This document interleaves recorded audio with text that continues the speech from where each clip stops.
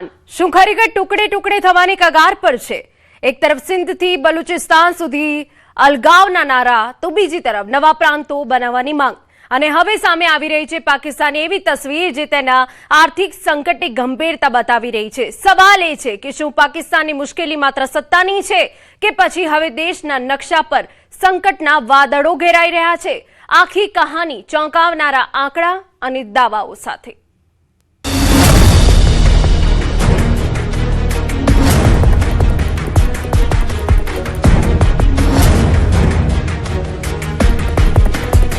આસિમ મુનીરે સમગ્ર પાકિસ્તાનને આગની ભઠ્ઠીમાં ધકેલી દીધું છે। પાકિસ્તાનના ખૈબર પખ્તૂનખ્વામાં ફિલ્ડ માર્શલ વિરોધ સૂત્રોચ્ચાર થઈ રહ્યા છે। તેમને આતંકવાદી કહીને બોલાવવામાં આવી રહ્યા છે।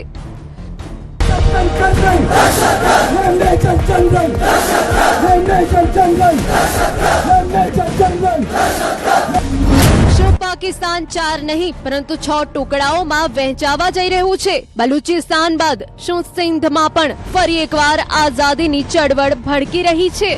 પાકિસ્તાનમાં આ દિવસોમાં શાસન વ્યવસ્થામાં સુધારાના નામે નવા પ્રાંતો બનાવવાની ચર્ચા જોરશોરથી ચાલી રહી છે।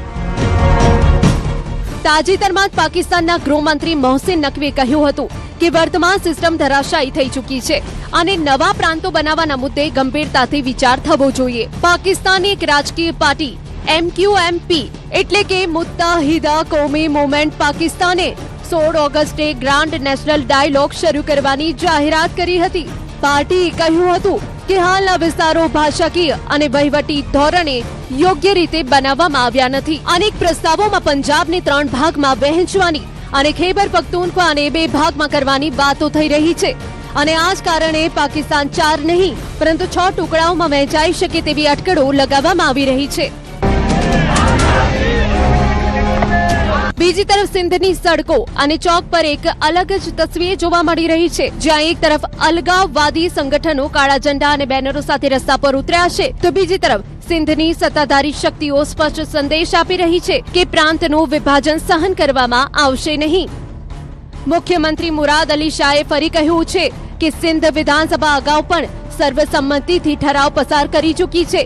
સિંધનું વિભાજન કરવામાં આવશે નહીં।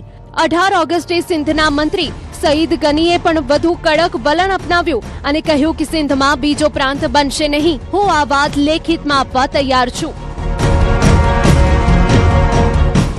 પરંતુ વધતો બળવો પાકિસ્તાને વધુ એક મોટા રાજકીય અને ભૌગોલિક સંકટ તરફ ઝડપથી ધકેલી રહ્યું છે અને દરેક જગ્યાએ ચર્ચા થઈ રહી છે કે પાકિસ્તાન 6 ટુકડાઓમાં વહેંચવાના માર્ગ પર છે। પાકિસ્તાનની રાજનીતિ, સેના અને બ્યુરોક્રેસીમાં દાયકાઓથી પંજાબનું વર્ચસ્વ રહ્યું છે।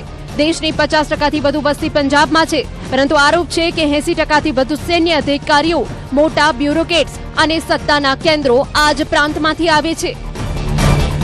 આરોપો સતત લાગતા રહ્યા છે કે રાવલપિંડીમાં આવેલું GHQ એટલે કે જનરલ હેડક્વાર્ટર્સ જ પાકિસ્તાનની અસલી સરકાર છે। પાકિસ્તાનના વડાપ્રધાન અને સંસદ માત્ર ચહેરા છે। દાવો કરવામાં આવે છે કે પંજાબ તરફી સત્તાએ બાકીના પ્રાંતોનો માત્ર એક કોલોની તરીકે ઉપયોગ કર્યો છે।